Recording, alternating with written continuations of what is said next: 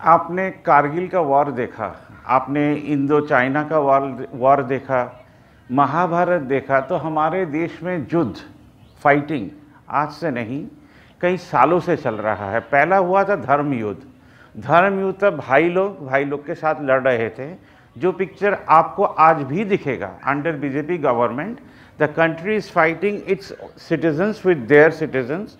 और एक फाइट पाकिस्तान के साथ 72 साल से चल रहा है, अब चाइना के साथ चल रहा है, भूटान और नेपाल के साथ शायद शुरू भी हो सकता है। तो आपको क्या ये कभी लगा कि why can't government deliver dreams? जो लोग पार्लियामेंट पहुंचते होंगे तो वो लोग भी तो हमारे जैसे साधारण आदमी होंगे, दो पैर होगा, दो हाथ होगा, एक सर होगा। तो why can't this people love India that way and their people? सोचिए, एक प्राइम मिनिस्टर अपने माँ के साथ फ़ोटो दे रहे हैं, तो उनकी जब माँ है तो वो ये भी तो सोचेंगे हमारे देश के हर नागरिक का कोई माँ भी होंगे। तो इन माँओं को पेंशन क्या दिया जा सकता था? आर्मी का पेंशन, हमारे देश के जो गवर्नमेंट स्टाफ है इनका पेंशन तो इन्होंने 2004 साल में उठा दिया under BJP government of Atal Bihari Vajpayee ji. इसके लिए उनको हारना भी पड़ रहा था। तब मेरा एक दोस्त ने कहा था ये लोग सिर्फ हर चीज़ का इंटरेस्ट कमाते रहेंगे और हर चीज़ प्राइवेटाइजेशन के हाथ में देते रहेंगे। तो हमारे देश के जो नवरत्न इंडस्ट्रीज थे जो प्रॉफिट करते थे, इंडियन ऑयल, हिंदुस्तान, मैंने और भी जो जो सेगमेंट्स था, स्टील था, why this people are not able to run Indian industries? Because इनके साथ इतिहास ही जुड़ा हुआ है, इसलिए बार बार इतिहास का ही बात करते हैं। 1947 के पहले जो आरएसएस था शायद वो क्विट इंडिया मूवमेंट के साथ नहीं था, इसलिए आज ये देश का जब नेशनल प्रॉपर्टी बेचते हैं तो देखिएगा एक भी बीजेपी वाले के माथे पे बल नहीं पड़ता है, because selling is so easy, आपको तो कुछ करना है नहीं। बट एलआईसी जब ये लोग सेल करने गए, एलआईसी का प्राइस ही कम गया। जो ऑफर प्राइस था 65,000 रुपीज़ आने का था, 65,000 करोड़ इंडियन रुपीज़ आने का था, उसका वैल्यू 23,000 करोड़ में उतर गया। तो हमारे देश का गवर्नमेंट क्यों नहीं सपने को, ड्रीम को डिलीवर कर पाता है? इसका मेन कारण ये है कि आपने कभी किसी बाबा माँ को देखा है जो पास के घर के बच्चे को बड़े कर रहे होंगे? ऐसा कभी हुआ नहीं, ऐसा कभी होगा नहीं, बहुत रेयर। 1 करोड़ में ऐसी कोई माँ बाबा मिल जाएगा जो अपने बच्चों के साथ पास के घर के कोई प्रॉब्लमेटिक फैमिली के बच्चे को लेकर बड़े कर रहे होंगे। तो हमारे देश के जो गवर्नमेंट इलेक्टेड होते हैं वो 5 साल के लिए होते हैं। 5 साल में जो लोग आते हैं हमको रूल करने के लिए, ये लोग एक्चुअली पार्टी ऑफिस के प्रोडक्ट होते हैं। एक ऑर्गेनाइजेशन होता है जो नेशनली रजिस्टर्ड होता है। तो 5 साल ये लोग क्या काम करते हैं जब ये पार्टी ऑफिस में बैठते हैं? कैसे दूसरे का गलती निकाला जाए, कैसे हिंदू मुस्लिम को डिवाइड करके वोट मांगा जाए, दंगा किया जाए, लिंचिंग किया जाए, ताकि आप वो ये सोचता रहे एक फ़ाइट चल रहा है। अगर फाइट ही चल रहा है वो तो पाकिस्तान के साथ चलता। अब 2 देश के प्राइम मिनिस्टर इतने बार मीटिंग करने के बाद, इंटरनेशनली हर लीडर को मिलने के बाद भी कभी इन लोगों ने ये ट्रीटी साइन नहीं कर पाए कि पाकिस्तान इंडिया का वार ही नहीं होगा। सोचिए, इंडिया का डिफेंस बजट, पाकिस्तान का डिफेंस बजट जो है वो अगर देश के उन्नति के काम में आता तो दोनों एशिया का सबसे रिचेस्ट स्टेट होता, क्योंकि पाकिस्तान इंडिया का एक अंश ही तो है। तो हमारे देश के प्राइम मिनिस्टर और पाकिस्तान के प्राइम मिनिस्टर क्या इतने एजुकेटेड है फॉर 75 ईयर्स? अब प्राइम मिनिस्टर के बाद प्रेसिडेंट्स लोग का नाम लीजिए, उसके बाद आप डिफेंस मिनिस्टर का नाम लीजिए, उसके बाद उधर में जो डिफेंस में, हर इधर के जो डिफेंस में, ये लोग भी काफ़ी एजुकेटेड हैं, वॉर स्ट्रैटेजी से बने रिक्त हैं। F-16 खरीद रहे हैं तो वो F-20 खरीद रहा है। तो ये दो मिलकर जो हमारे देश का भी आदमी नहीं मरेगा, आपके देश का भी आदमी नहीं मरेगा। तो ये डिफेंस बजट अगर हम लोग फार्मिंग में काम में लगाते तो दोनों देश खुशहाल देश होता। तो आज तक हमारे देश का कोई भी नेता ये बोल नहीं पाया जो दोनों देश में युद्ध नहीं होगा। इसलिए आज हम सिटीज़न का राइजिंग लेकर बात कर रहे हैं। डेमोक्रेसी में आप समझ गए, जो कोई भी देश का पीएम, कोई भी देश का सीएम, कोई भी देश का एमएलए वो नहीं चाहेगा कि ये जो क्राइम चल रहा है, इंटरनेशनल क्राइम, ये बंद हो, क्योंकि इनका पूरा सिस्टम इस्टेब्लिश हुआ है ये क्रिमिनोलॉजी के ऊपर। हमारे देश में ऑर्गन ट्रेड अभी भी होता है, बट ऑर्गन ट्रेड ना हो, सोचिए आप मर गए, मरना तो सभी को है, आप आँख, आप लीवर, आप किडनी दान करके गए, आपके फैमिली को 20 लाख मिला। ये तो मिल सकता था, क्योंकि अभी ओरिजिनल मार्केट में दाम ही यही है। तो हमारा गवर्नमेंट हर सिटीज़न को अगर इंश्योर करता ऑर्गन ट्रेड के अंडर में, तो जो आदमी ऑर्गन खरीद रहा है वही पेमेंट कर पाता। गवर्नमेंट सिर्फ एक नेगोशिएटर होता पीपीपी मॉडल में।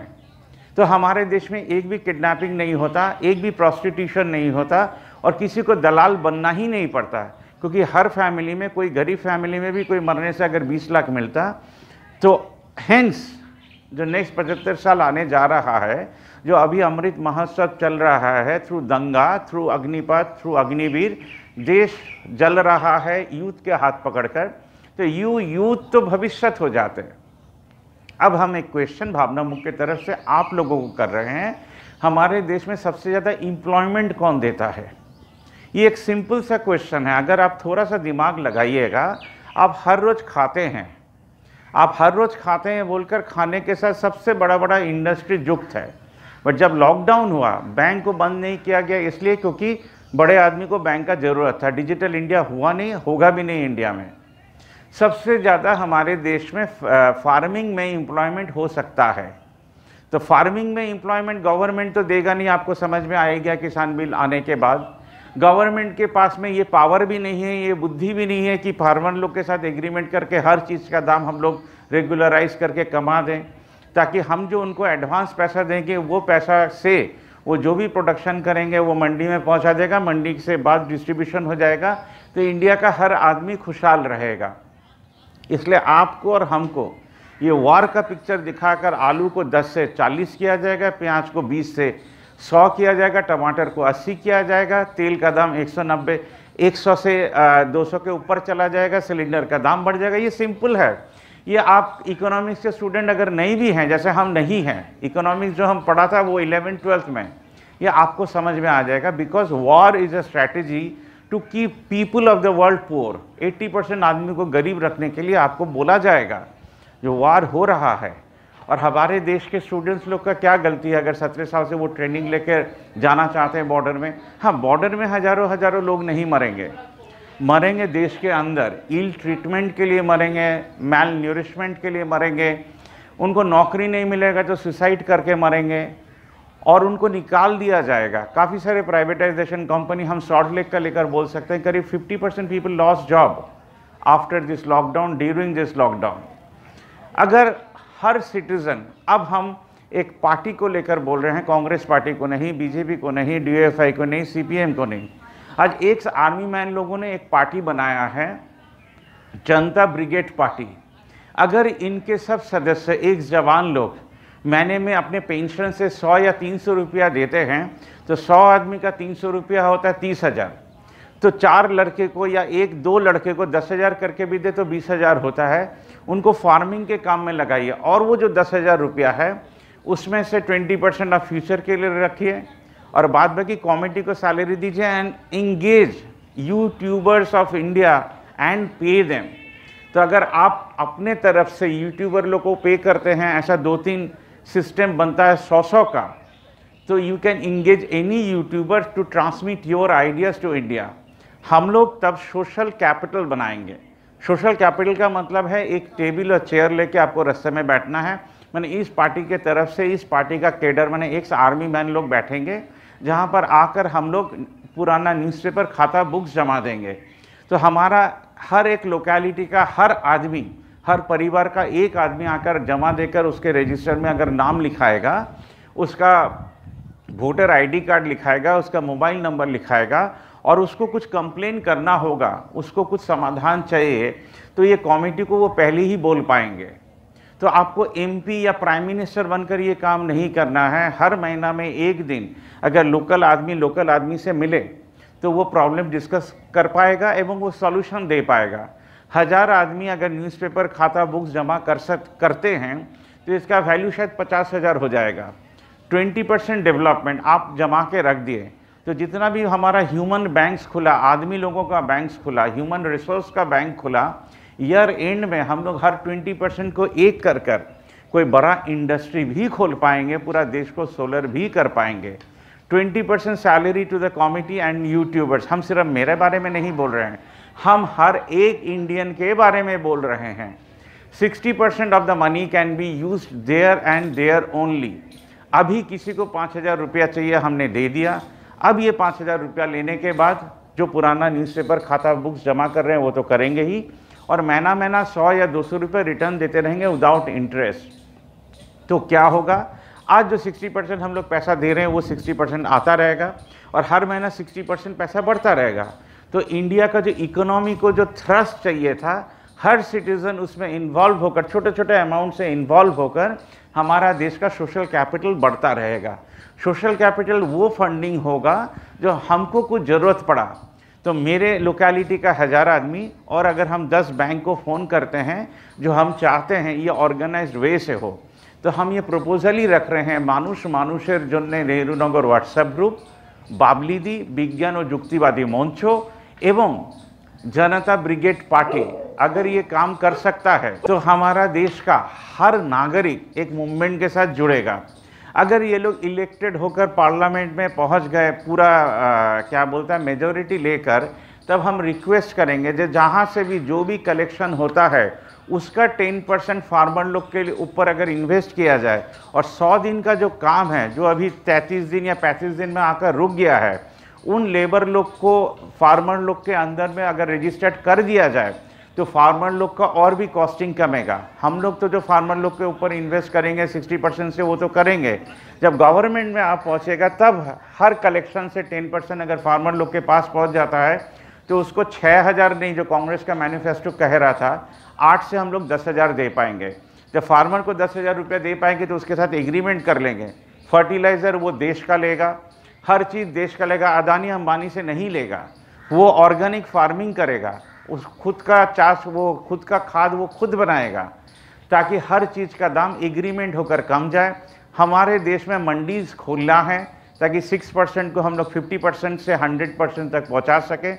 उनका काम होगा डायरेक्ट मंडी में पहुंचाना और मंडी का काम होगा डायरेक्ट मार्केट में पहुंचाना। तब हमारे देश में हर चीज़ का दाम कंट्रोल रहेगा। कोई भी चीज़ का दाम 10 से 100 रुपया नहीं हो सकता। Farming has to be under government. Farming will become the largest employer of any country. Britain America का बात छोड़ दीजिए, वो लोग मशीन के ऊपर डिपेंडेंट है, बट हमारा देश लेबर ओरिएंटेड देश है, गरीब देश है। इसलिए डिजिटल इंडिया छोड़कर पहले ह्यूमन इंडिया को लेकर सोचिए एंड सोशल कैपिटल बनाइए। आई होप आप लोग हिंदी ठीक तरह समझते होंगे। अगर समझते हैं तो मेरा इस वीडियो का लिंक जो हम देंगे वो आपके लिफलेट में छापिए कि देश का हर सिटीज़न के साथ कैसे जुड़ेगा, ताकि आप जब हॉस्पिटल में पहुंचिएगा तो आपके पास हज़ारों आदमी खड़े होंगे। और हमारे एक जवान भाई ने, एक आर्मी मैन ने कहा, जो वो लोग सोच रहे हैं जनता ब्रिगेड पार्टी के तरफ से किसी का भी डेथ हो, वो आर्मी मैन का हो, एक्स आर्मी मैन का हो, अगर नॉर्मल सिटीज़न का हो, तो वो उनके घर में पहुंचकर उनको जो विदाई का जो श्रद्धा जनाना होता है, हम लोग आपके पास पहुंच पाएंगे। तो हर पारा में एक ह्यूमन बैंक खोलिए, जिसको हम कह रहे हैं न्यूज़पेपर बैंक। इस बैंक का जो भी कागज़ बिक्री होगा वो 3 डबल या 2.5 डबल दाम से बिक्री हो जाएगा। ये जो सोशल कैपिटल बनेगा, 20% फॉर डेवलपमेंट, 20% पे सैलरी विथ यूट्यूबर्स एंड 60% उधर ही जिसको जो ज़रूरत है हर महीना आप खर्चा कर दीजिए। सो आप 1 तारीख को कलेक्शन किए, 1 ही तारीख को सब कुछ करके घर जब आए तब आपके पास में सिर्फ 20% वो बैंक में जो अमाउंट पड़ा रहेगा वो रहेगा। और आपको एक वीडियो बनाना है, जो वीडियो बनाकर आप मैसेज देंगे इंडिया को, जो देश को चलाने के लिए प्राइम मिनिस्टर नहीं बनना पड़ेगा, आपको पावर स्ट्रगल में भी नहीं जाना पड़ेगा। बट हाँ, ये ज़रूरी है, अगर आपका देश किसी गलत हाथ में रहा तो हमारा डेमोक्रेसी का हालत क्या होगा। आप देख रहे हैं देश में ट्रेन जल रहे हैं, बस जल रहे हैं, ये ठीक तो नहीं है। बट एंगर आदमी एक्सप्रेस कैसे करेगा? सिर्फ क्या सुसाइड करके उसका एंगर को एक्सप्रेस करेगा? Everything is wrong because the government is also wrong. तो सिटीजन्स को अब रास्ता दिखाना है। कहते हैं जिस देश का सिटीजन जैसा होगा गवर्नमेंट उससे भी खराब होगा।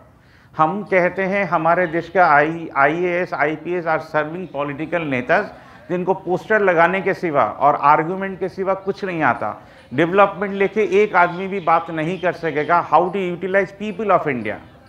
तो आज ये शपथ लीजिए घर में बैठकर, जब आप एक पार्टी के साथ जुड़ेंगे, एक सोशल ऑर्गेनाइजेशन के साथ जुड़ेंगे या बाबली दी के साथ जुड़ेंगे, जुड़कर इस देश के लिए काम कीजिएगा और हर महीना आप लोग वीडियो करके भेजिएगा जो हमने आज हमारे लोकेलिटी, जो पिन कोड वाइज कुटुंब ऐप के द्वारा भी हम लोग जुड़ सकते हैं, जुड़कर हर महीना जैसे पीएम मन का बात कहते हैं, हम लोग देश का बात करेंगे, देश का उन्नति का बात करेंगे एवं वर्ल्ड सिटीजन फोरम हम लोग ही करेंगे, ताकि पूरा वर्ल्ड में WHO जो कर नहीं पाया, UN जो कर नहीं पाया, रेड क्रॉस जो कर नहीं पाया, वो हर देश का नागरिक कर पाएगा। सबके इधर एक बैच रहेगा जो वो देश को जोड़ रहा है, तब हम लोग वंदे मातरम एक साथ बोलेंगे। Thank you very much. I am Naresh Jain of Bhavnamukh, reporting from Rohini, Delhi, Swarna Jayanti park, but हम रहते श्रीरामपुर, वेस्ट बंगाल में। एक डिस्ट्रिक्ट है हुगली, उधर एक जगह है श्रीरामपुर। माहेश पोस्ट ऑफिस के अंदर एक पुलिस स्टेशन है, वो हमारे घर में भाड़ा रहते हैं। और हम मेरे इस मैसेज के थ्रू ये कहना चाहते हैं कि अगर एक आर्मी मैन लोग राजी होते हैं, स्पेशली हम अटेंशन कर रहे हैं सूबेदार वीर सिंह चौहान जी को, तो हम एक साल राजीव दीक्षित क्रांति आश्रम में रहकर पहला 100 जन को वो ट्रेनिंग देना चाहते हैं एक साल में, ताकि वो और भी 100 जन को दे सकें, वो और भी 100 जन को दे सके। तो हमारा देश जो नेताजी का सपना था, जो खुदीराम का सपना था, जो विवेकानंद का सपना था, जो लोहिया जी का सपना था, जो जयप्रकाश जी का सपना था, वो सपना को पूरा कर सकें। आज भगत सिंह ने जो सोशलिज्म का बात कहा था, वो सोशलिज्म हम लोग के इस आइडिया के ऊपर इम्प्लीमेंट करके ही आ सकेगा। तो देश के हर नागरिक को जोड़िए। धन्यवाद।